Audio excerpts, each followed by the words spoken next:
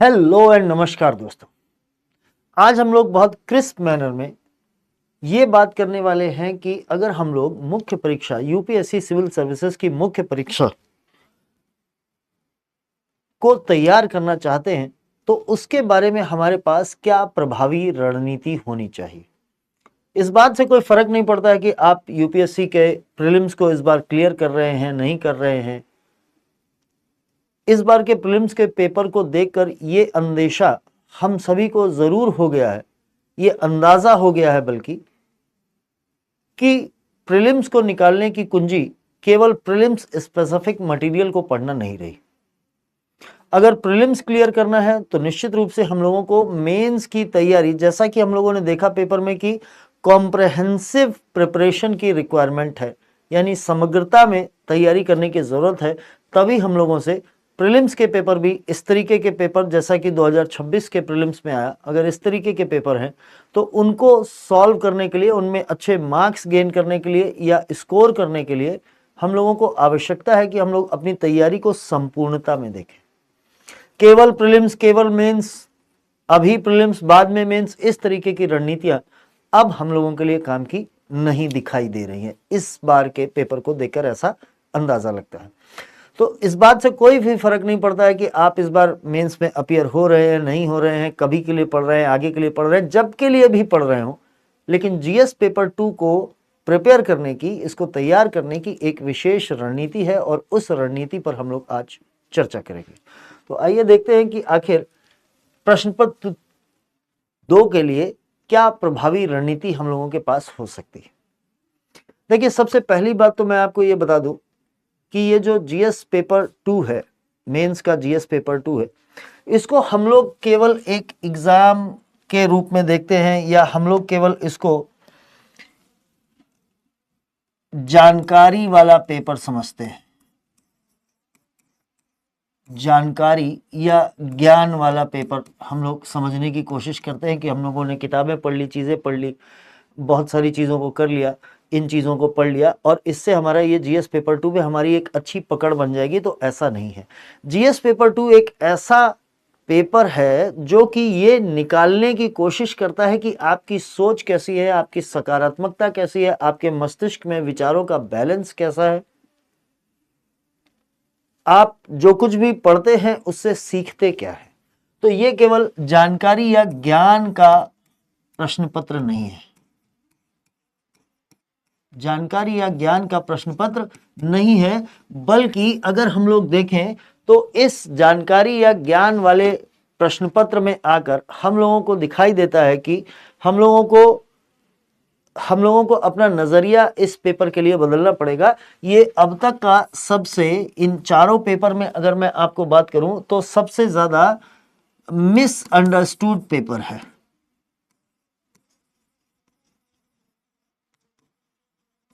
इसके बारे में सबसे ज्यादा भ्रम हम लोगों के पास होता है, भ्रांतियां हम लोगों के पास होती है। हम लोगों को ये लगता है कि ये पॉलिटी और आईआर का पेपर है। अक्सर हम लोग यही समझते हैं कि ये हम लोगों के लिए राज्य व्यवस्था, जिसमें कि आप अधिकांशतः संविधान को पढ़ लेते हैं प्लस इसमें आईआर को आप लोग पढ़ लेते हैं। आप लोगों को लगता है कि ये जानकारी आप इकट्ठा कर लेंगे, संविधान को आपने प्रीलिम्स में पढ़ लिया है, राज्य व्यवस्था को आपने प्रीलिम्स में पढ़ लिया है और उससे ये पेपर हो जाएगा। तो मुझे नहीं लगता कि अब इस रणनीति पर काम करना आपके लिए बहुत ज्यादा फायदे की कोई बात होगी। ये सबसे ज्यादा मिसअंडरस्टूड पेपर है। इसके बारे में हम लोग जानते बहुत है, सोचते बहुत हैं, लेकिन रियलिटी अगर हम लोग देखें, वास्तविकता को अगर हम लोग देखें तो वास्तविकता ये कहती है कि ये हम लोगों की सोच का पेपर है, सोचने का पेपर है। और जो आईआर इसमें ऐड होता है, ये एक तत्व को हमारे इसमें तैयारी में और ऐड करता है और ये कहता है कि आप कैसे अपनी सूचना को, अपने विचारों को आप किन शब्दों में प्रकट करते हैं। शब्द बड़े महत्वपूर्ण हैं, शब्दों में प्रकटीकरण का पेपर है।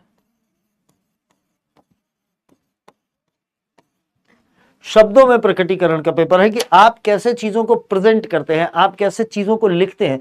तो इस पेपर को तैयार करने के लिए, चाहे मैं बार बार आपसे कह रहा हूं कि चाहे आप मेंस का एग्जाम दे रहे हो या ना दे रहे हो। लेकिन अगर आप यूपीएससी सिविल सर्विसेज की तैयारी कर रहे हैं तो उसके लिए इसी रणनीति पर आपको काम करना होगा। इसके मैं आपको बताऊंगा कि इस पेपर की विशेष डिमांड क्या है, ये क्या चीजें हम लोगों से चाहता है, अक्सर हम लोगों से गलतियां क्या होती हैं, और वास्तव में इस पेपर में अगर अच्छा स्कोर करना है तो उसके लिए अभी से आपको किस रणनीति पर काम करना है, क्या चीजें पढ़नी है और किस नजरिए से आपको चीजें पढ़नी पड़ेंगी, इन चीजों पर हम लोग विचार करेंगे। आइए देखते हैं सबसे पहले कि ये जो जीएस पेपर 2 मुख्य परीक्षा का जीएस पेपर 2 है, ये पहली बात तो ये समझिए कि इसके नेचर को समझने की कोशिश करिए कि आखिर इसका नेचर कैसा है। इसका नेचर अगर हम लोग समझने की कोशिश करें, चीजों को देखने की कोशिश करें कि आखिर इसमें हम लोगों को करना क्या है। बेसिकली इसमें मैंने जैसा कि आपसे कहा कि ये आपकी सोच का पेपर है, जैसा आप सोचते होंगे, जिस तरीके से आप सोचते होंगे, जितने विभिन्न फलकों पर आप सोच पाएंगे, उस सोच को प्रदर्शित करना है। लेकिन प्रदर्शित केवल आपको अपने विचार नहीं करने हैं, बल्कि इन विचारों को एक संरचना के तहत प्रस्तुत करना है। अगर आपका प्रस्तुतिकरण, अगर जो बार बार हम आपसे कहते हैं कि आंसर राइटिंग के गुर सीखिए, अगर ये आंसर राइटिंग आपने नहीं सीखी, आप अपने जो जानकारी है, तथ्य है, इनका एक सही बैलेंस आपने वहां पर प्रेजेंट नहीं किया, तो भी आपके लिए ये पेपर उतना स्कोरिंग नहीं होगा, भले ही आपके पास दुनिया जहान की बहुत सारी जानकारी क्यों ना हो। तो यहां पर संतुलन भी चाहिए, शब्दों में, आपके विचारों में संतुलन की भी रिक्वायरमेंट है। आप जब इसमें जो 5 चीजें इसमें शामिल हैं, सामाजिक न्याय की चीजें शामिल हैं। अक्सर अगर हम लोग मिडिल क्लास के लोग हैं तो हम लोग अक्सर ऐसा सोचते हैं कि सरकार की योजनाएं हम तक पहुंच रही हैं, सरकार का प्रभावी रूप नहीं दिख रहा है। गवर्नेंस के बारे में हम लोग बहुत सारे आलोचनात्मक विचार रखते हैं, लेकिन अगर उन्हीं आलोचनात्मक विचारों को आपने रॉ रूप में प्रस्तुत कर दिया तो फिर आप मार्क्स नहीं गेन कर पाएंगे, चाहे भले कितने भी आपके विचार अच्छे क्यों ना हो। आपको अपने विचारों को एक संतुलित तरीके से आपको लेकर आना है, और तभी हम लोग ये श्योर कर पाएंगे, इस बात को हम लोग बना पाएंगे कि हम लोग उच्च अंक इस पेपर में हासिल कर रहे हैं। ठीक है, तो वास्तव में अगर ये देखा जाए तो ये पेपर पूरा का पूरा जो पेपर है, ये हम लोगों से पॉलिसी के बारे में बात करता है, ये पॉलिसीज के बारे में बात करता है, उनके एनालिसिस के बारे में बात करता है कि आपके अंदर विश्लेषणात्मक क्षमता कितनी है, आपके अंदर प्रॉब्लम्स को देखने की क्षमता कितनी है, और उन प्रॉब्लम्स को दूर करने के आपके पास उपाय क्या है। बस यहीं पर आपकी सोच का काम हो जाता है। इन चीज़ों को रटा नहीं जा सकता, जाना नहीं जा सकता। इन चीज़ों को बहुत सारे सब्जेक्ट्स को आपस में मिलाकर देखने से ही ये चीजें बनेंगी। वरना आप सोचिए कि जीएस के पेपर 1 में इंडियन सोसाइटी दिया हुआ है, और जीएस के पेपर 2 में कई सारी ऐसी चीजें दी गई हैं जो कि पॉलिटी से भी रिलेटेड है और इंडियन सोसाइटी से भी रिलेटेड है। पढ़ाया आपको वैसे ही जाता है, Indian society and social justice पढ़ते आप अक्सर वैसा ही हैं, सुनते आप अक्सर वैसा ही, लेकिन दोनों को अलग अलग करके रखा गया तो उसके पीछे कोई कारण होगा। उस कारण को समझने की कोशिश कीजिए, ये जानने की कोशिश कीजिए कि एक अच्छा परीक्षक आपके आंसर में क्या खोजने की कोशिश करता है। तो इस बात को जरा ध्यान में रखिए कि ये केवल जानकारी का पेपर नहीं है, बल्कि आपके पास जो उपलब्ध जानकारी है, पहले से एक्यूमुलेटेड नॉलेज है, उस नॉलेज को आप किस रूप में अपने पास रखते हैं, उस नॉलेज को जब आप उसको रिक्रिएट करते हैं, जब आप उसको आंसर के रूप में लिखते हैं, तो आप आंसर एक व्यवस्थित तरीके से, लॉजिकल तरीके से आप अपने आंसर लिखते हैं या नहीं लिखते हैं, और आंसर्स को लिखते समय जो आपके विचार है वो संतुलित तरीके से वो विचार आपके बाहर आ रहे हैं कि नहीं आ रहे हैं। इस बात को बिल्कुल गांठ बांध लीजिए। दूसरी बात देखिए कि बात को अपनी यहाँ से बेसिक रूप से शुरू करते हैं कि अब तक जो ज्ञान मैंने आपको दिया वो प्रकट कैसे होगा। तो हम लोगों को पता है कि जीएस पेपर 2 में 5-6 तरीके की चीजें हैं। राज्य व्यवस्था है, गवर्नेंस है, इंटरनेशनल रिलेशंस है, सोशल जस्टिस है, और इसके लिए कुछ कमजोर वर्गों के बारे में कुछ बातचीत की गई है। कमजोर वर्ग हैं जिनके बारे में कुछ बातचीत की गई है। इन कमजोर वर्गों से अक्सर क्वेश्चन आपको अलग अलग फलकों से आते हैं कि कामकाजी महिलाओं की समस्याएं क्या है, महिलाओं के भीतर आत्महत्या की दर कैसे बढ़ती जा रही है, लोगों के अंदर आत्महत्या की दर कैसे बढ़ रही है, आगे आने वाले समय में आपके लिए जेनजी क्या है, जेनजी का आंदोलन क्या है, जेनजी इसको कैसे कंट्रोल कर सकते हैं, क्या इनके लिए विशेष उपाय, किन चीज़ों से इनके अंदर, किन कारणों से इनके अंदर असंतोष उभर रहा है, इस तरीके के बहुत सारी चीज़ें आपसे पूछी जाएंगी। और आपका फोकस इन चीज़ों को पढ़ते समय, राजव्यवस्था आपने प्रीलिम्स में भी पढ़ी थी, राजव्यवस्था आप यहाँ पर भी पढ़ेंगे, लेकिन दोनों में डिफरेंस केवल यह है कि प्रीलिम्स में जब आपने पढ़ा था तो बहुत ज़्यादा विश्लेषणात्मक तरीके से आपने नहीं पढ़ा था। इस बार के प्रीलिम्स के क्वेश्चन को देखते हुए विश्लेषणात्मक होने की आवश्यकता महसूस हो रही है, क्योंकि केवल आपकी जानकारी से क्वेश्चन सॉल्व नहीं होंगे। आपको ये दिखाना पड़ेगा कि आप हर सब्जेक्ट की नीतिगत समझ को रखते हैं कि नहीं रखते हैं, आप ये जान पाते हैं कि नहीं कि आखिर किसी चीज को पढ़कर हमने क्या सीखा, उसमें प्रॉब्लम्स क्या है, चुनौतियां क्या है, और आगे हम लोगों को करने की क्या करने की आवश्यकता है। अगर ये आवश्यकता आप नहीं निकाल पाए तो फिर आपका इस पेपर में अच्छे मार्क्स लाना थोड़ा सा दुष्कर या असंभव हम लोगों को दिखाई देता है। ठीक है बात, आगे देखिए। पहली बात यह समझ लीजिए कि आखिर परीक्षक हम लोगों से चाहता क्या है, क्या चीज वो हम करें जिससे हम लोगों को इस पेपर में अच्छे मार्क्स मिले। मजेदार बात यह है कि मेंस में अपीयर होने वाले अधिकांश छात्रों को, अधिकांश अभ्यर्थियों को इस पेपर में जो नॉलेज वाला पार्ट है, जानकारी या ज्ञान वाला जो पार्ट है, वो सबका लगभग बराबर होता है। लेकिन फिर भी आप देखते हैं कि बहुत सारे ऐसे स्टूडेंट हैं जो कि इसमें बहुत अच्छे मार्क्स गेन करते हैं, और वहीं कुछ दूसरे जो अभ्यर्थियों से आप मिलेंगे तो वो कहेंगे कि मेरा पेपर तो बहुत अच्छा गया है, लिखा तो मैंने सब है, क्वेश्चन तो मुझे सारे आते थे, सारे अटेम्प्ट किए हैं, लेकिन मार्क्स इस बार नहीं आए। तो मार्क्स ना आने के पीछे कारण क्या है? क्योंकि परीक्षक हम लोगों से कुछ विशेष चीजें अपने इस पेपर के जो उत्तर हैं उनमें परीक्षक हमसे कुछ चीजों की डिमांड करते हैं।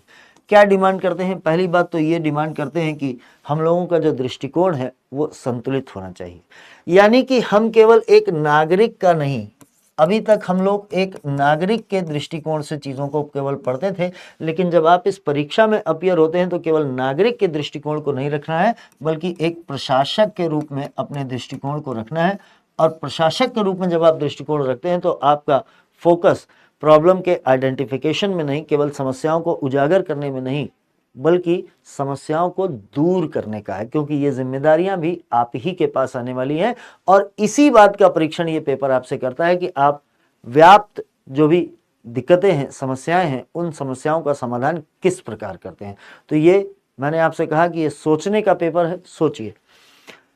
जो आपका विश्लेषण होगा वो बहुत बहुआयामी विश्लेषण होगा। जितना ज्यादा आयाम आप उसमें लिखेंगे, पॉइंट्स लिखिए, अपने कंटेंट में लिखिए, इंट्रोडक्शन लिखिए, आगे की राह की आवश्यकता है तो आगे की राह लिखिए, कंक्लूजन लिखिए, निष्कर्ष लिखिए, जैसा प्रश्न की डिमांड है उस हिसाब से उसमें अपीयर होइए। और ये बताइए कि ये जो बहुआयामी आप विश्लेषण कर रहे हैं इसमें एक एक चीज को, विचार को रखिए और उनके उदाहरण सहित चीजों को प्रेजेंट करिए। ये नहीं कि आप उदाहरण से अपने सेंटेंस की शुरुआत करें, फैक्ट से सेंटेंस की शुरुआत मत करिए। आप अपना विचार रखिए, उस विचार को प्रूव करने के लिए, सिद्ध करने के लिए किसी न किसी उदाहरण का सहारा लीजिए, तब आपको इसमें मार्क्स मिलेंगे। और महत्व के घटते हुए क्रम में आप अपने आंसर्स को लिखिए। तो बहुआयामी विश्लेषण करिए, सीमित मत रखिए चीजों को, इंटर सब्जेक्ट कनेक्शन बनाने की कोशिश करिए कि आप पॉलिटी के सब्जेक्ट को न्याय से भी जोड़ रहे हैं, गवर्नेंस से भी जोड़ रहे हैं, कमजोर वर्गों के प्रावधानों से भी जोड़ रहे हैं, लोकतंत्र से जोड़ रहे हैं, लोगों के सशक्तिकरण से जोड़ रहे हैं, या अगर आप आईआर के क्वेश्चंस को आंसर कर रहे हैं तो उसमें भी आप अलग अलग तरीके से भारत के हित अगर आप देख रहे हैं तो जो जिस कंट्री के साथ आप देख रहे हैं उस कंट्री के साथ उनको व्यापक रूप से देखने की कोशिश करिए कि ऊर्जा के लिए क्या है, राजनीति के लिए क्या है, भारत की अंतर्राष्ट्रीय छवि के लिए क्या है, भारत के लिए इमीडिएट अगर कोई लाभ या नुकसान होता है तो उनको देखने। तो आप अपने इन आयामों का विस्तार कीजिए, एक स्ट्रक्चर बनाइए कि आपको उसी स्ट्रक्चर में अंतर्राष्ट्रीय संबंधों को पढ़ना है। समसामयिकी, यस, ये पेपर केवल जानकारी का नहीं है। अगर आप राजव्यवस्था से अपने प्रश्नों को देख रहे हैं या आप अधिकार संबंधी मुद्दों पर अपने प्रश्नों का उत्तर दे रहे हैं, तो अगर आप उनको जमीनी हकीकत या समसामयिक मुद्दों से नहीं अगर जोड़कर देख रहे हैं तो आपका नॉलेज आउटडेटेड नॉलेज की किसी को आवश्यकता नहीं है। तो परीक्षक आपको बेहतर मार्क्स देने में थोड़ा संकोच करेंगे।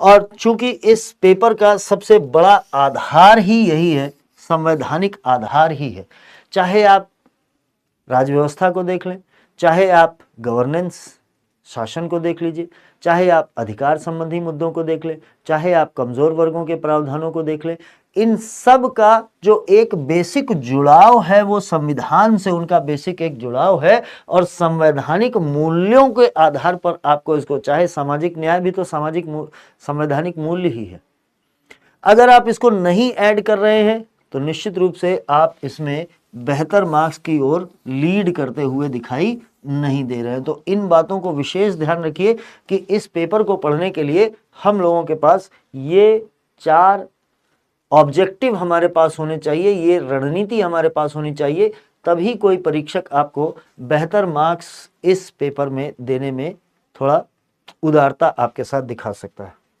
दूसरी बात देखिए कि हम लोग जो सामान्य गलतियां करते हैं वो क्या गलतियां करते हैं। मैं बिल्कुल ओवरऑल आपके छोटी छोटी चीजों पर बात करूंगा। पहली बात यह है कि हम लोग अपने स्टैटिक और करंट में कोई लिंक इस्टेब्लिश कर पाना मुश्किल होता है। हम लोगों ने जो कुछ पहले से पढ़ रखा है केवल उसी के आधार पर हम लोग प्रश्न का उत्तर देने की कोशिश करते हैं। जब तक आप जमीनी हकीकत, करंट का मतलब यही होता है कि इस पेपर के लिए तो करंट का मतलब जमीनी हकीकत से है। अगर आप जमीनी हकीकत से रूबरू नहीं हो रहे हैं, अपने व्यू को, अपने विचार को प्रकट करते समय, लिखते समय अगर आपने उदाहरण के रूप में अपनी बातों को सिद्ध करने के लिए करंट की किसी घटना का, किसी प्रावधान का, किसी संवैधानिक संशोधन का, किसी चर्चा में चल रही चीज़ों का, जैसे महिलाओं के आरक्षण या महिला सशक्तिकरण से जोड़कर देखा जाए, और आप अभी जो बिल पेश किया गया था उसके बारे में बात ना करें, तो क्या आपकी बातों को, आपके तथ्यों को ज़्यादा प्रमाणिक, तथ्य तो प्रमाणिक है लेकिन आपका जो नॉलेज है वो आउटडेटेड नॉलेज हो गया, कि हो सकता है आज अभी से 6 महीने पुराना हो, अभी से 1 साल पुराना हो, अभी से 10 साल पुराना हो सकता है कि गवर्नेंस पर आपसे बहुत सारी चीजें पूछी जाएं। गवर्नेंस बहुत डायनेमिक है। गवर्नेंस के जो टॉपिक आपके सिलेबस में दिए गए हैं वो वर्षों से वही टॉपिक है और उन्हीं चीजों पर करना है। तो क्या उदाहरण भी आप पुराने ही देंगे? अगर आप उसे जमीनी हकीकत और करंट से जोड़कर लिंक नहीं करके लिख रहे हैं तो फिर ये गलतियां अक्सर हम लोग करते हैं, तो ये गलती हम लोगों को नहीं करनी है।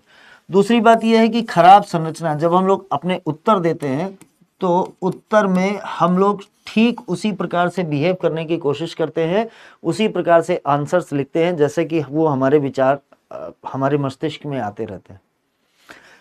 हम लोग उनको कभी अरेंज करने की कोशिश नहीं करते हैं। और अरेंज भी कैसा करना है कि हम लोगों को एक तार्किक रूप से इनको अरेंज करना है। तार्किक रूप से, तार्किक रूप क्या कहता है? कहता है कि जो सबसे महत्वपूर्ण होगा वो सबसे पहले होगा, और फिर आप चीजों को क्रमशः घटते हुए क्रम में लिखते हुए चले जाएंगे। तो इसके लिए आपको पढ़ना भी वैसे ही पड़ेगा। आप एनसीईआरटीज पढ़ते हैं, पुरानी एनसीईआरटीज आपको रिकमेंड की जाती है कि हिस्ट्री की पुरानी एनसीईआरटीज पढ़ो। हिस्ट्री की भी अगर आप पुरानी एनसीईआरटी पढ़ते हैं तो आप किसी भी काल के बारे में, किसी भी राजवंश के बारे में जब आप पढ़ते हैं तो आप देखते हैं कि वो तार्किक रूप से राजनीतिक परिदृश्य पहले लिखा होता है, फिर सामाजिक लिखा होता है, फिर आर्थिक लिखा होता है, फिर सांस्कृतिक लिखा होता है, फिर धार्मिक लिखा होता है, फिर उसके बाद विज्ञान एवं प्रौद्योगिकी लिखा होता है। और यही स्ट्रक्चर सारे ही उसमें फॉलो किया जाता है। चाहे आप सिंधु घाटी सभ्यता पढ़ लो, चाहे आप किसी टाइम पीरियड को पढ़ लो, चाहे आप किसी को भी पढ़ लो, लेकिन लिखा ही इसी तर्क में होगा। कहीं भी ऐसा नहीं होगा कि किसी राजवंश की शुरुआत की जाए और उसमें सबसे पहले विज्ञान एवं प्रौद्योगिकी लिख दिया जाए, या सामाजिक स्थिति को पहले लिख दिया जाए, राजनीतिक स्थिति को बाद में लिखा जाए। आप एक क्रम में ही चीजों को पढ़ते हैं, तो उस महत्व के घटते हुए क्रम में आपको चीजों को लिखना है, और ये गलती हम लोग अक्सर अपने इस आंसर में कर देते हैं। तीसरी बात है कि जब मैंने आपको बताया कि ये वाली कंडीशन तब क्रिएट होती है जब हम लोग शासन, विशेषकर शासन के बारे में बात करें, गवर्नेंस के बारे में बात करें, या फिर हम लोग सामाजिक न्याय के बारे में बात करें। हमारे अंदर का जो रोष है, वो रोष यहाँ पर दिखाई देता है। हम लोगों ने जो चीज़ों को देखा है वो दिखाई देता है, लेकिन मैंने आपसे कहा कि इस पेपर को सॉल्व करते समय, आंसर देते समय आप केवल एक नागरिक के रूप में नहीं, एक सामान्य छात्र के रूप में नहीं, एक आलोचक के रूप में नहीं, बल्कि आप एक प्रशासक के नज़रिए से आपको चीज़ों को लिखना है। तो जब आप प्रशासक के नज़रिए से चीज़ों को लिखेंगे तो आपका जो दृष्टिकोण है वो सुधारात्मक होना चाहिए। सुधारात्मक दृष्टिकोण से आपको चीज़ों को लिखना पड़ेगा। अगर आप सुधारात्मक दृष्टिकोण से चीज़ों को नहीं लिख रहे हैं तो निश्चित रूप से एक प्रशासक के रूप में आप उपयुक्त नहीं है, भले ही आप कितने भी बड़े जानकार क्यों ना हो, आलोचक क्यों ना हो, ज़मीनी हकीकत को बहुत समझने वाले लोग क्यों ना हो। ज़मीनी हकीकत जब हम लोग बात करते हैं तो अक्सर हम लोगों के मन में एक पक्षपातपूर्ण विचार आता है कि हम लोग आलोचनात्मक हो जाते हैं, जिसमें हम केवल आलोचना करते हैं, जबकि आपको यहाँ विश्लेषणात्मक होना है कि समस्या की पहचान करनी है और उस समस्या को समाप्त करने के, उसको दूर करने के उपाय सुझाने हैं। तो ये सामान्य गलतियां आप अपने आंसर्स में ना करें, वही आपके लिए बेहतर होगा। क्या बेहतर रणनीति हो सकती है? जब हम लोग राजव्यवस्था के लिए बात करें, राजव्यवस्था से जुड़े हुए क्वेश्चंस को जब हम लोग डील करें, इस पोर्शन से 5-6 क्वेश्चन हम लोगों से हर बार, 6 से 7 क्वेश्चन हम लोगों से हर बार पूछे जाते हैं। 6 से 7 प्रश्न जो ये हम लोगों से पूछे जाते हैं, ये बहुत सारी अलग अलग तरीके की करंट रिलेटेड चीज़ों से पूछे जाते हैं। हो सकता है आपसे गवर्नर की शक्तियों के बारे में, उसके रोल के बारे में, उनके अपॉइंटमेंट में सुधार के बारे में आपसे पूछ लिया जाए, उनके पक्षपातपूर्ण रवैये के बारे में आपसे पूछ लिया जाए। हो सकता है कि आपसे और भी बहुत सारी चीज़ों में सुधार या उत्तरदायित्व को बढ़ाने वाली चीज़ों को पूछा जाए कि सरकार और अधिक उत्तरदायी कैसे हो सकती है। हो सकता है आपसे ये पूछ लिया जाए कि ये जो संवैधानिक संस्थाएं हैं, इन संवैधानिक संस्थाओं के लिए क्या ऐसा उपाय करें कि लोगों का इसमें विश्वास बढ़े, क्या ये लोगों का विश्वास कायम रख सकी हैं, या और भी कुछ ऐसा किया जाए, क्या वो उपाय किए जाएं जिससे लोगों का इन संवैधानिक संस्थाओं के प्रति जो विश्वास है वो और ज़्यादा मजबूत हो जाए। तो आपसे जो क्वेश्चन पूछे जाते हैं वो संवैधानिक मूल्यों से पूछे जाते हैं, प्रावधानों से नहीं। आप गलत समझ, मिस इंटरप्रेट करते हैं हम लोग इसे जानकारी की तरफ ले जाते हैं कि आखिर क्या पूछना है, क्या लिखना है, संविधान में क्या लिखा है। जानकारी से नहीं, संवैधानिक मूल्यों से हम लोगों से प्रश्न पूछे जाते हैं और हम लोग उसमें केवल जानकारी लिखकर चले जाते हैं। तो आप यहां पर संवैधानिक जो प्रावधान है, उन संवैधानिक प्रावधानों को भी लिखिए और ये बताइए कि इससे जुड़ा हुआ क्या केस है। अगर कोई ऐसा केस, जब संविधान के बारे में, राज्यव्यवस्था के बारे में बात करेंगे तो निश्चित रूप से ऐसा मिल जाएगा हम लोगों को। कोई भी क्वेश्चन आएगा तो वो किसी न किसी अनुच्छेद से कहीं ना कहीं जाकर रिलेट करता होगा। उसके संबंध में कई सारे सुप्रीम कोर्ट में केस होंगे, तो सुप्रीम कोर्ट के निर्णय, यहाँ केस का मतलब है कि सुप्रीम कोर्ट के निर्णय को आप ध्यान में रखिए कि सुप्रीम कोर्ट के निर्णय इस विषय में अगर कोई है तो वो क्या है, और अपनी बात को सही साबित करने के लिए, अपने व्यू को प्रूव करने के लिए आपको उसके लिए उपयुक्त उदाहरण भी देना पड़ सकता है। हो सकता है कि आपसे बात की जाए, संघवाद पर बात की जाए। संघवाद पर जब बात होगी तो आप उसके अनुच्छेद भी बता देंगे, आप उससे रिलेटेड सुप्रीम कोर्ट के निर्णय के विषय में भी बता देंगे कि संघवाद से रिलेटेड क्या क्या निर्णय था, और एसआर बोमई केस भी आप बता सकते हैं। ये तो बहुत छोटा और कॉमन सा उदाहरण है, ये जो मैंने आपको बताया ये छोटा और कॉमन सा उदाहरण है, लेकिन इन सब चीज़ों को आपको बताना तो पड़ेगा। अगर कोई रिसेंट में अगर कोई समस्या है, संघवाद से रिलेटेड अगर कोई समस्या है, केंद्र और किसी राज्य के बीच में उतना तारतम्यता नहीं दिखाई दे रही है, राष्ट्रपति शासन जैसी बातें चल रही हैं या कुछ और भी चल रहा है, तो इन चीज़ों को भी आपको बताना पड़ेगा कि कैसे, आखिर कैसे, उदाहरण देकर बताइए कि कैसे ये केंद्र राज्य संबंध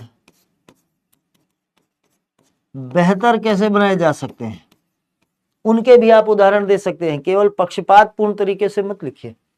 दूसरी बात है कि इनमें करंट अफेयर्स को जोड़ दीजिए। करंट अफेयर्स को जोड़ने का मतलब तो मैंने आपको यही समझाया कि कैसे इनको केंद्र राज्य संबंधों को बेहतर कैसे बनाना है, ये तो आपको बताना ही पड़ेगा।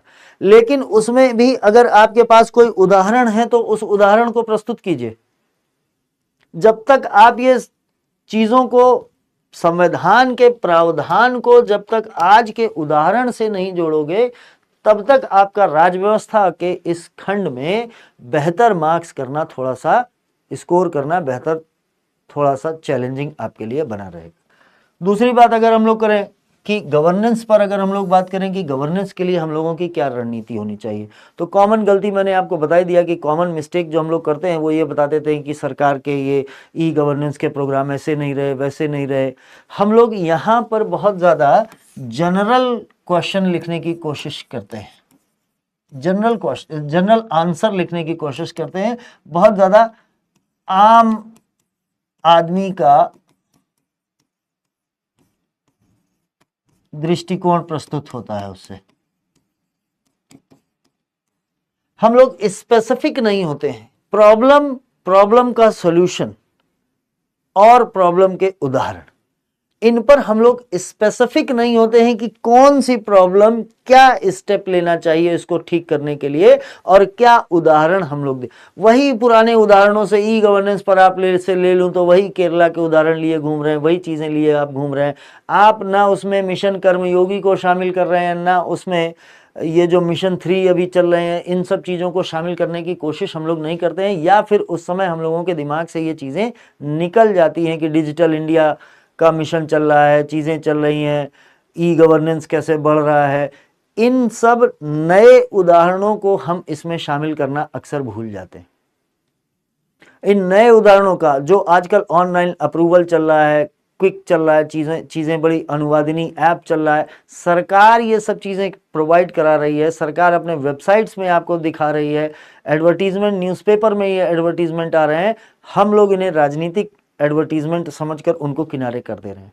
अगर इन चीज़ों को आप यहाँ पर शामिल नहीं कर रहे हैं तो इस आम आदमी के दृष्टिकोण को लिखने का कोई फायदा नहीं है। बार बार मैं आपको रिमाइंड करा रहा हूं कि यहाँ प्रशासक का दृष्टिकोण चाहिए। प्रशासक नई समस्याओं को देखता है। ई गवर्नेंस में वो नई चुनौतियां देख रहा होगा। आप पुरानी किताबें और पुराने मटेरियल से पुराने तरीके की चीजों को देख रहे हैं। आप नई समस्याओं को देखिए, उसके नए उपाय खोजने का प्रयास करिए, और यहीं पर आपके सोचने की शक्ति का परीक्षण है।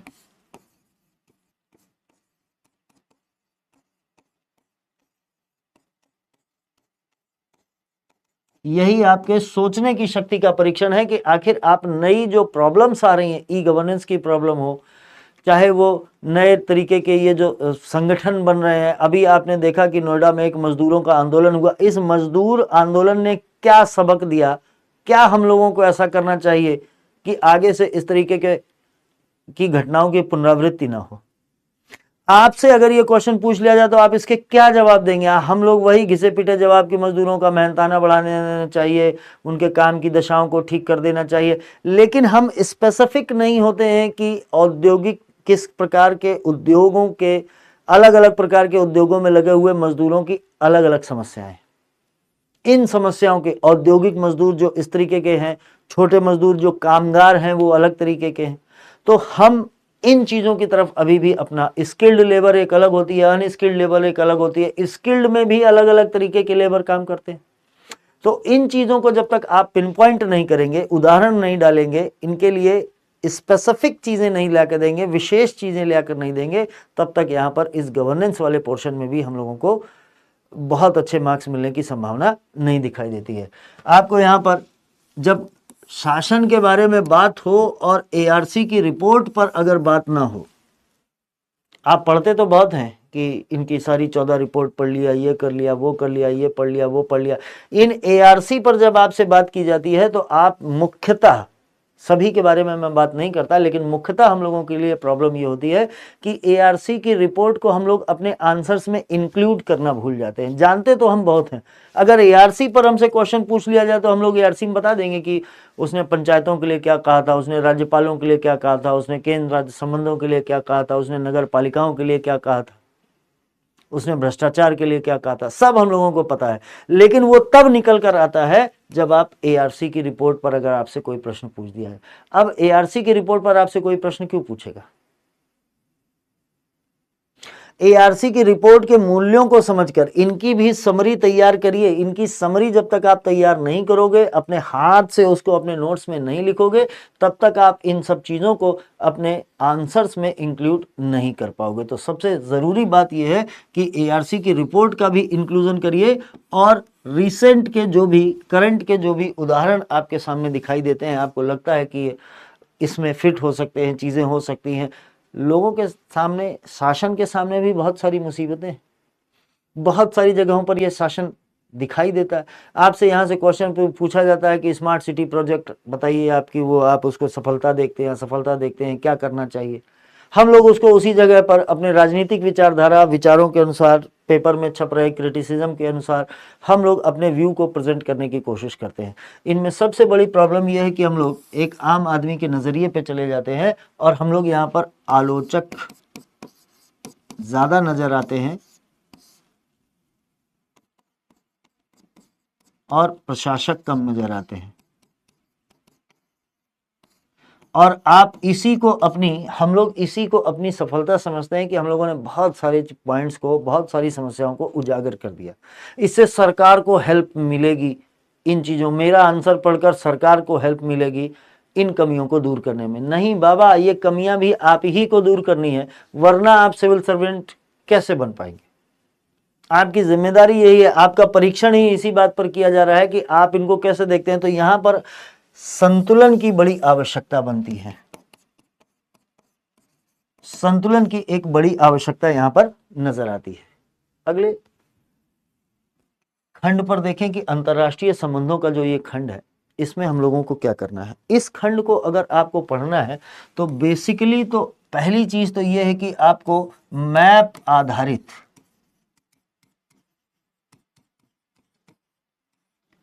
आपके दिमाग में जो मैप आधारित कॉन्सेप्ट है, जो जानकारी है, वो मैप आधारित जानकारी आपके पास होनी चाहिए।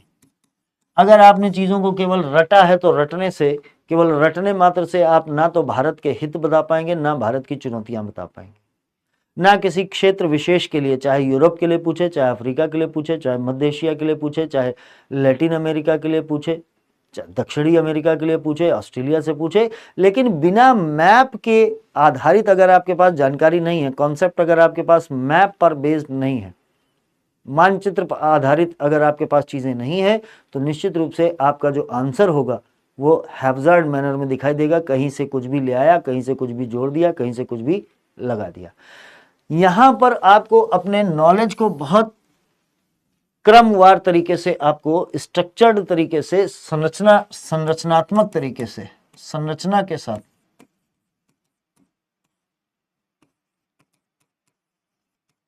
संरचना आधारित ज्ञान की आपको आवश्यकता पड़ेगी, जानकारी की आपको आवश्यकता पड़ेगी। संरचना का मतलब कि भारत के लिए सुरक्षा के हित क्या हैं, ऊर्जा के हित क्या हैं, भारत की अंतर्राष्ट्रीय छवि कैसी होगी, इन सब पॉइंट्स को आपको एक एक करके लिखना पड़ेगा। भारत के इंपोर्ट क्या है, एक्सपोर्ट क्या है, तो आपको राजनीति को देखना पड़ेगा, आपको अर्थव्यवस्था को देखना पड़ेगा, आपको सुरक्षा को देखना पड़ेगा, आपको रणनीति को देखना पड़ेगा, और आपको भारत के आयात निर्यात, कपड़ों का आयात, रोजगार का सृजन, रोजगार के अवसर, भारतीयों के लिए रोजगार के अवसर, रेमिटेंसेस वो यहाँ से यहाँ क्या भेजते हैं, इन सब जानकारियों को एक स्ट्रक्चर्ड मैनर में अपने नोट्स में लिखिए, तभी आप स्ट्रक्चर्ड मैनर में इनको रिक्रिएट कर पाएंगे। तो पहली बात तो ये है कि हमारी पढ़ाई का जो तरीका है, आपके नोट्स का जो तरीका है, वो ऐसा होना चाहिए। दूसरा कि ये बहुत ही डायनेमिक विषय है। डायनेमिक विषय है इसका मतलब है कि करंट अफेयर्स का बड़ा रोल है इसमें। करंट अफेयर्स का बहुत बड़ा रोल है, और ये करंट अफेयर्स किसी एक दिशा में लिमिटेड नहीं होता। अगर आपसे पूछा जाए कि ईयू, भारत और ईयू के बीच में हुई ये व्यापारिक डील, जो भी ट्रेड डील अभी हुई है, उस ट्रेड डील का भारत के लिए क्या मायने हैं, आप ट्रेड डील सुनकर अपने आप को केवल अर्थव्यवस्था में, अपने आप को अर्थव्यवस्था के खांचे में बांध देते हैं। अगर आप अर्थव्यवस्था के खांचे में केवल अपने आप को, ट्रेड डील का इंपॉर्टेंस केवल अर्थव्यवस्था के लिए नहीं है, भारत की बढ़ती हुई छवि, भारत के आयात निर्यात, भारत की सुरक्षा, भारत की रणनीतिक महत्व, भारत की यूएनएससी में सदस्यता या यूएनएससी में जो सुधारों की मांग है, उन सुधारों के लिए भी बढ़ी है।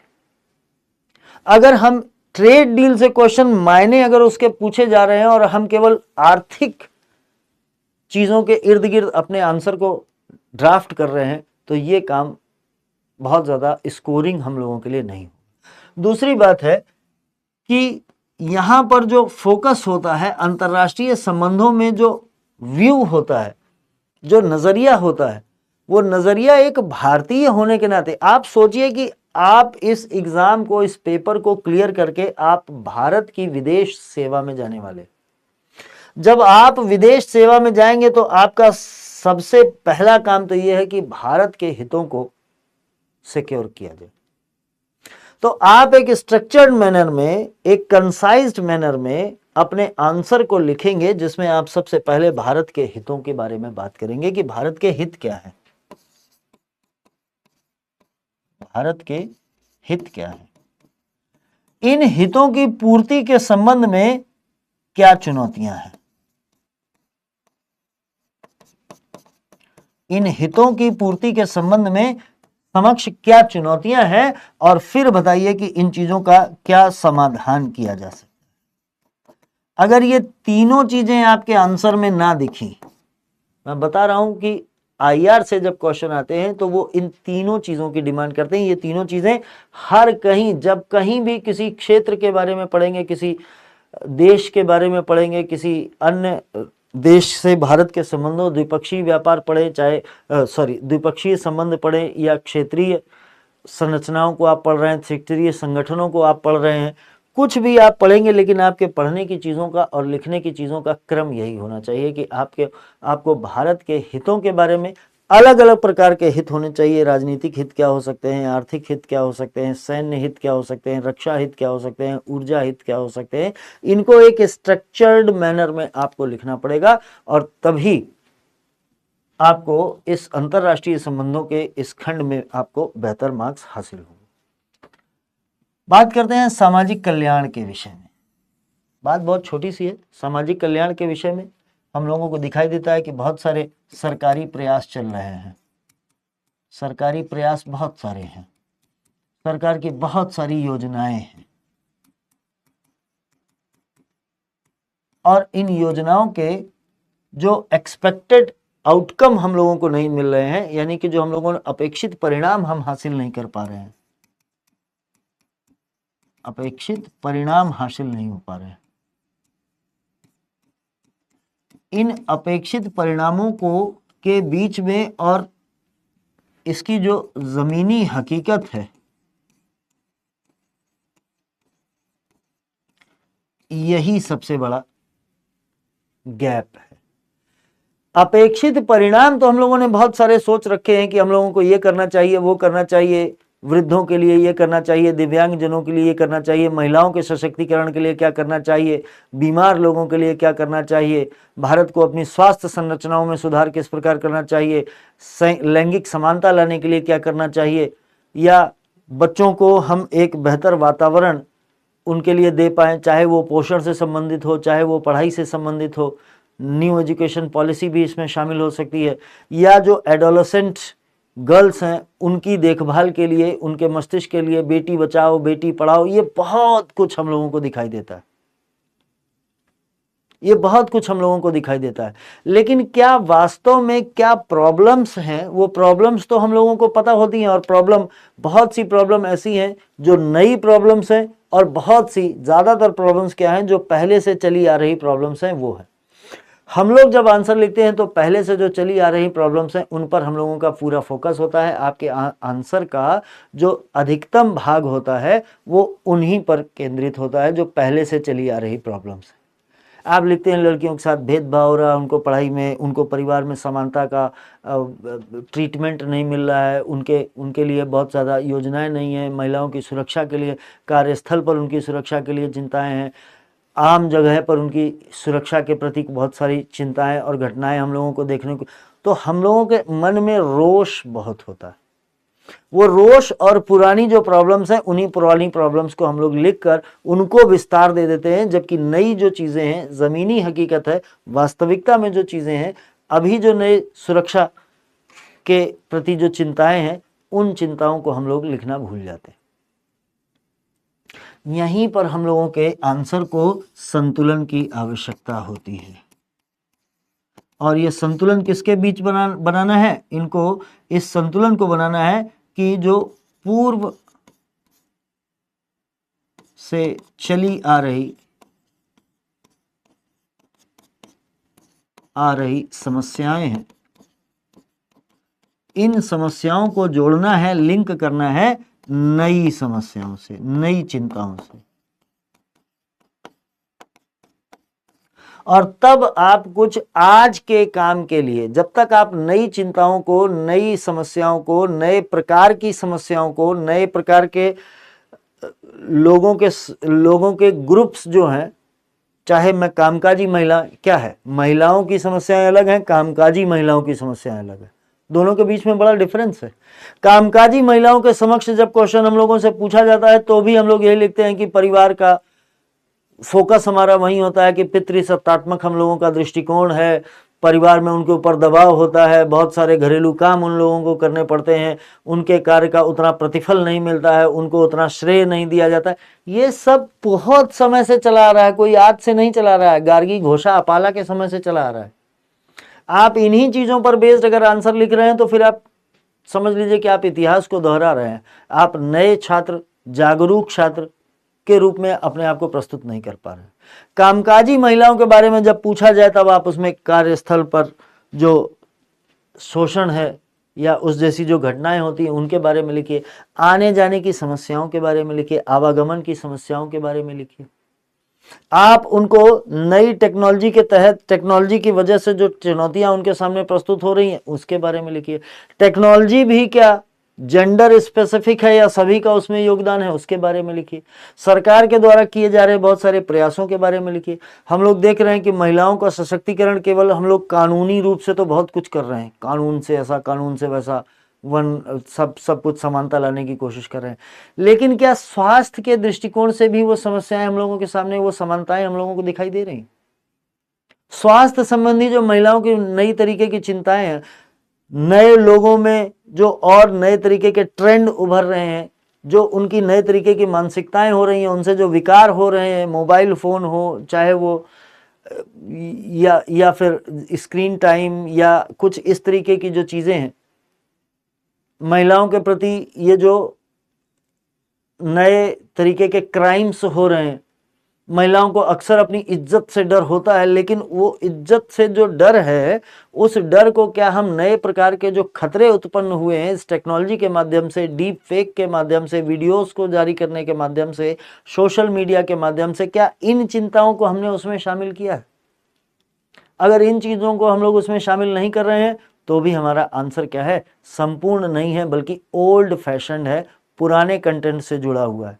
इसलिए मैं ये नहीं कहता कि आपने 1 पॉइंट डाला कि 2 पॉइंट डाले, आप उनको बराबर पॉइंट डालिए कि नई चिंताएं क्या हैं। परीक्षक आपसे नई चीजों के बारे में ज्यादा जानने में इच्छुक है, ये बात परीक्षक को भी पता है कि महिलाओं के प्रति भेदभाव में हमारी जो ये पुरुषवादी मानसिकता है, ये बहुत बड़ा रोल प्ले करती है। फैमिली में बंदिशें बहुत सारी होती हैं, या फिर उनके साथ जो जेंडर इक्वलिटी नहीं हो रही है, फैमिली में भी नहीं हो रही है, ये भी उसकी चिंता है। तो आप कृपया अपने आप को नई चीज़ों की तरफ शिफ्ट करिए, नई समस्याओं की तरफ शिफ्ट करिए। नहीं आपको पढ़ने के लिए बहुत सारा मटेरियल मिलता है, आप इंटरनेट पर खोजिए, आप अपने नोट्स में लिखिए, लेकिन पॉइंट्स बनाकर लिखिए। जब तक आप लिखोगे नहीं बच्चे, तब तक आप इन सब चीज़ों को कर नहीं पाओगे। ठीक, इसमें बहुत सारा इन सामाजिक न्याय से संबंधित चीज़ों में बहुत सारा डेटा और केस स्टडी बहुत हेल्पफुल होता है, ये बात याद रखिए। यहाँ पर डेटा, बहुत सारे सर्वे, नीति आयोग भी हमारा बहुत सारे सर्वे कराता है। हम लोगों के स्वास्थ्य सर्वे होते हैं, नेशनल फैमिली हेल्थ सर्वे होता है, या क्राइम का बहुत सारा डेटा, हमेशा अपराधों का डेटा भी आता है। अब अपराध जब होते हैं तो उसमें बताया जाता है कि भाई लोगों के बीच में सुसाइड की दर बढ़ रही है, घट रही है, क्या हो रहा है, लोग खुश हैं कि नहीं खुश हो रहे हैं, वो क्या हो रहा है, लोगों के बीच में जो समाज में अपराध हो रहे हैं, इन अपराधों की एक निश्चित प्रकृति की तरफ कोई इशारा उसमें हो सकता है। तो आप बताइए कि क्या हो रहा है।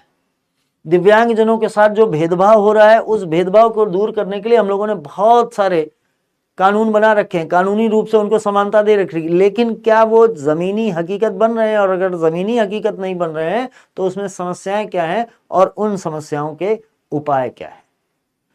इसलिए मैंने आपको कहा कि ये जो पेपर है ये केवल जानकारी का पेपर नहीं है। जानकारी आपके पास बहुत हो सकती है, लेकिन उस जानकारी को आप प्रकट कैसे करते हैं, चीजें कैसे लेकर आते हैं। बहुत सारी जो स्वास्थ्य की योजनाएं चल रही हैं, शिक्षा की योजनाएं चल रही हैं, कल्याण की योजनाएं चल रही हैं, लैंगिक समानता की योजनाएं चल रही हैं, महिला सशक्तिकरण की योजनाएं चल रही हैं, सेल्फ हेल्प ग्रुप की योजनाएं चल रही हैं। सेल्फ हेल्प ग्रुप जैसे ही मैं नाम लेता हूं आपके दिमाग में क्वेश्चन आता है कि ये तो गवर्नेंस से रिलेटेड है, लेकिन जो महिला आधारित जो सेल्फ हेल्प ग्रुप्स हैं उनकी कार्यप्रणाली को क्या आपने समझने की कोशिश की कि सरकार ने पिछले कुछ समय में उनके लिए क्या किया है, उनको कैसे सरकार सपोर्ट करती है, उनको कैसे सरकार मॉनिटर करती है, या हम लोग भी उन्हें केवल एक शोपीस मानकर रह गए हैं कि ये क्या है, बस एक शोपीस है, सरकार दे रही है चीजें। इनको जोड़िए, पीडीएस को, उस सेल्फ हेल्प ग्रुप से पीडीएस को जोड़ने की कोशिश करिए, खाद्यान्न वितरण से जोड़ने की कोशिश करिए, लोगों के स्वास्थ्य संबंधी समस्याओं से जोड़ने की कोशिश करिए। अगर महिलाओं की भागीदारी उस स्तर पर हो जाए तो महिलाओं को और ज्यादा जमीन से परिवर्तन शुरू होंगे। अगर वहां समानता और उनकी भागीदारी बढ़ गई तो फिर ऊपर तक ये भागीदारी हम लोगों को नजर आएगी। तो कृपया करके जमीनी हकीकत का इस्तेमाल करें, नई चीजों, नई समस्याओं का इस्तेमाल करें, नया नवाचार करने की कोशिश करिए, नए तरीके से चीजों को सोचने की कोशिश करिए और उसी तरीके से आप अपनी पढ़ाई को करिए। अगर आप अपनी पढ़ाई को आउटकम बेस्ड नहीं कर रहे हैं, ये सब जो मैं आपको सोचने का तरीका बता रहा हूं ये पेपर 1 के नजरिए से बिल्कुल अलग है, पेपर 3 के नजरिए से अलग है, पेपर 4 के नजरिए से बिल्कुल अलग है। ये बहुत ज्यादा डायनेमिक पेपर है और इस डायनेमिक पेपर को सॉल्व करने के लिए आपको जमीनी हकीकत, करंट अफेयर्स, इन सबको मिंगल करना पड़ेगा। उत्तर लेखन में आप थोड़ा अटकते हैं। क्यों अटकते हैं?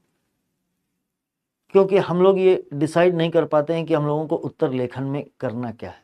या फिर ऐसा भी होता है कि अगर आपने उत्तर लेखन की प्रैक्टिस कम की है तो आप जब वहां पर अचानक पेपर में अपीयर होते हैं तो आप सारा स्ट्रक्चर भूल जाते हैं, उस पेपर के प्रेशर में सारा स्ट्रक्चर भूल जाते हैं। ये भी आपको नहीं करना है। आपको करना क्या है बेसिकली, अगर 150 शब्द का क्वेश्चन पूछा गया है या 250 शब्द का क्वेश्चन पूछा गया है, जरूरी नहीं है कि ऐसा ही हो, यूपीएससी है, कभी भी इसको बदल सकती है। लेकिन अगर इस तरीके की चीजें हैं तो मैंने आपको कहा कि आपको बहुत सारा अलग अलग बहुआयामी आंसर लिखना है। अगर 150 शब्द में आपसे आंसर पूछा गया है तो आपका मुख्य जोर बहुआयाम पर है, बहुआयाम पर जोर है, आपका फोकस आपका बहुआयाम पर है कि आप कितनी ज्यादा चीजों को लिख सकते हैं। इस बहुआयाम को प्रेजेंट करने के लिए आप अलग अलग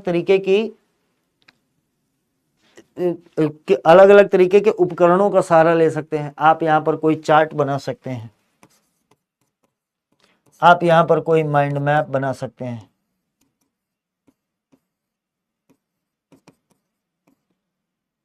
आप यहां पर कोई टेबल बना सकते हैं, तालिका बना सकते हैं। आप उनको किसी भी तरीके से बहुआयाम को लगाने की, रखने की कोशिश करिए और जरूरी नहीं है कि सारे आयामों को आप बहुत विस्तार से एक्सप्लेन कर पाए, क्योंकि 150 शब्द में आपके पास इतनी शब्द सीमा और समय दोनों नहीं। तो जो महत्वपूर्ण होंगे उन महत्वपूर्ण वालों को आप केवल एक्सप्लेन कर देंगे, बाकी को आप वहां पर डिनोट कर देंगे कि मैं इतने तरीके से चीजों का विश्लेषण कर सकता हूं, देख सकता हूं, इतने नजरिए से चीजों को देख सकता हूं। और जब आप निष्कर्ष या समाधान लिखें तो आप अपनी उत्तर सीमा का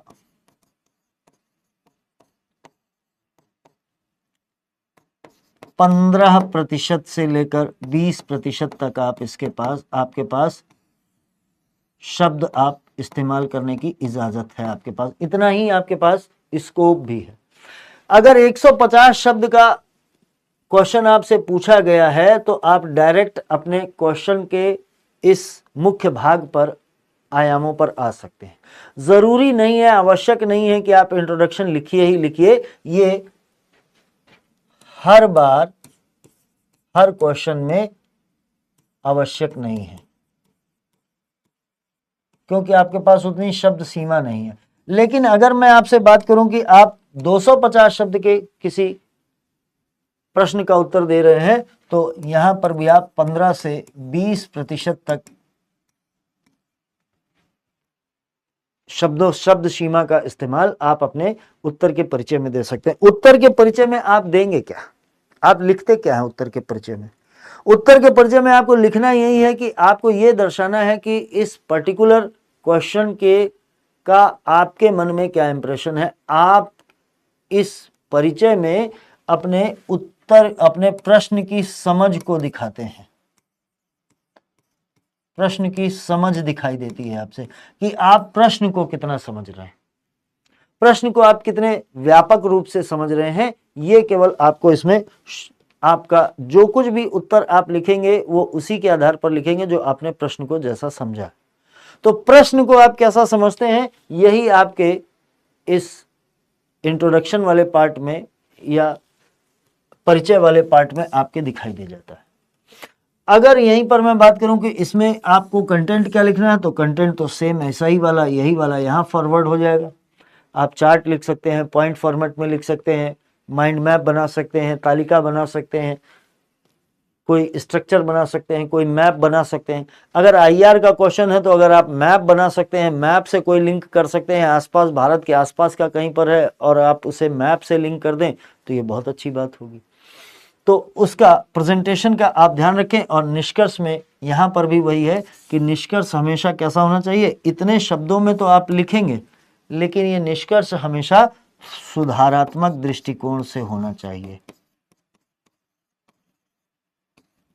आलोचनात्मक नहीं। आलोचना और कमियां सरकार को पता है कि क्या कमियां, वो ये जानना चाहती है कि आपकी नजर में और क्या कमियां हो सकती हैं और आप उनका समाधान कैसे कर सकते हैं। तो हमेशा अपने इस एक आशावादी रूप में, आशावादी दृष्टिकोण से आप इन चीजों को लिखने का प्रयास करिए।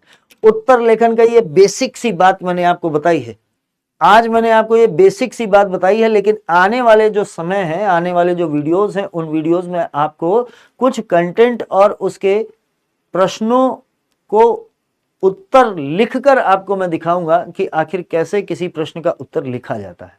अभी तो आप इस तरीके से अपने सिलेबस को कवर करने का प्रयास करिए। ये मत समझिए कि ये उन लोगों के लिए वीडियो है जो मेंस में अपीयर हो रहे हैं। जो मेंस में नहीं अपीयर हो रहे हैं उनको भी यही करना पड़ेगा।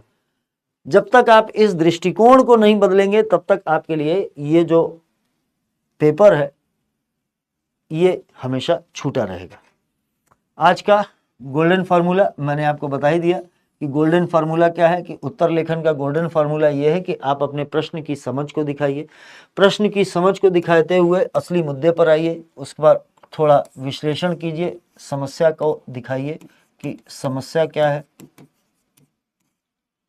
और समस्या दिखने के साथ उसका समाधान बताइए कि समाधान क्या है। और तभी आपका जो ये उत्तर है ये क्या होगा, एक प्रशासक की दृष्टि को प्राप्त कर पाएगा।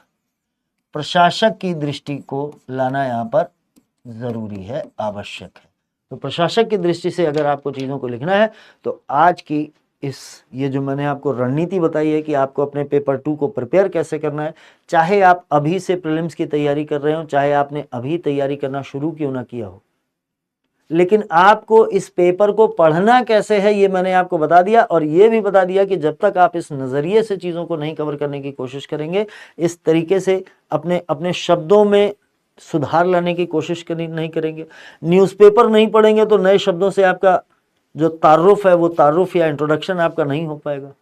आप न्यूज़पेपर पढ़िए और न्यूज़पेपर को केवल जानकारी के लिए मत पढ़िए। मैंने आपसे कहा कि आप न्यूज़पेपर पढ़िए, अखबार पढ़िए, लेकिन इस अखबार को पढ़ने के लिए आप इसे केवल जानकारी का स्रोत मत समझिए। केवल जानकारी नहीं मिलती है इससे। ये केवल हमारे लिए, एक सिविल सेवक के लिए ये केवल जानकारी का स्रोत नहीं है। यही वो न्यूज़पेपर है, यही वो एडिटोरियल्स हैं, इसमें संपादकीय जो छपते हैं वो आपके शब्दों का भंडार भी है। इसी न्यूज़पेपर से आप अपने विचारों में संतुलन को भी सीखते हैं। इन चीजों के साथ लिखिए, अपनी इस वोकैबुलरी को अपडेट करिए, अपने इस डिक्शन को अपडेट करिए। आप अपने नए शब्दों को देखिए और देखिए कि कैसे अलग अलग तरीके के विषयों के इसमें संपादकीय छपते हैं। आप हमसे पूछते हैं कि सर संपादकीय पढ़ना चाहिए कि नहीं पढ़ना चाहिए, सर न्यूज़पेपर पढ़ें कि ना पढ़ें, सर कौन सा न्यूज़पेपर। अरे कोई भी अच्छा न्यूज़पेपर पढ़िए, सब में बहुत काबिल लोग होते हैं जो इन चीज़ों को लिखते हैं। उनके शब्दों को देखने की कोशिश करिए, उनके लेखन शैली को देखने की कोशिश करिए, उनके विचारों के संतुलन को देखने की कोशिश करिए, उन नए शब्दों को अपने आंसर में इंक्लूड करने की कोशिश करिए। जब तक ये काम नहीं करोगे, ना तो विश्लेषणात्मक क्षमता आ पाएगी, ना ही संतुलन आ पाएगा, और ना ही विचारों का एक तार्किक तरीके से उनको प्रस्तुत करने की कला आपके अंदर आ पाएगी। इन सब चीजों को उदाहरण सहित भी हम लोग बात करेंगे। आने वाले वीडियोस में हम लोग बात करेंगे कि कैसे उदाहरण सहित इन सब चीजों को देखा जाए। आज की क्लास में बस मेरा इतना ही आपसे एक सजेशन था। मेंस के पेपर 2 की रणनीति, या यूं कहिए कि अब जो इस तरीके का प्रीलिम्स का पेपर अगर आगे भी आने वाला है तो उसके लिए आपको किताबों की तरफ लौटना पड़ेगा, अखबार की तरफ लौटना पड़ेगा, खुद से कुछ सीखना पड़ेगा और खुद ये असेसमेंट करना पड़ेगा कि मैंने इस चीज से क्या सीखा। विश्लेषण करने की क्षमता को लाइए।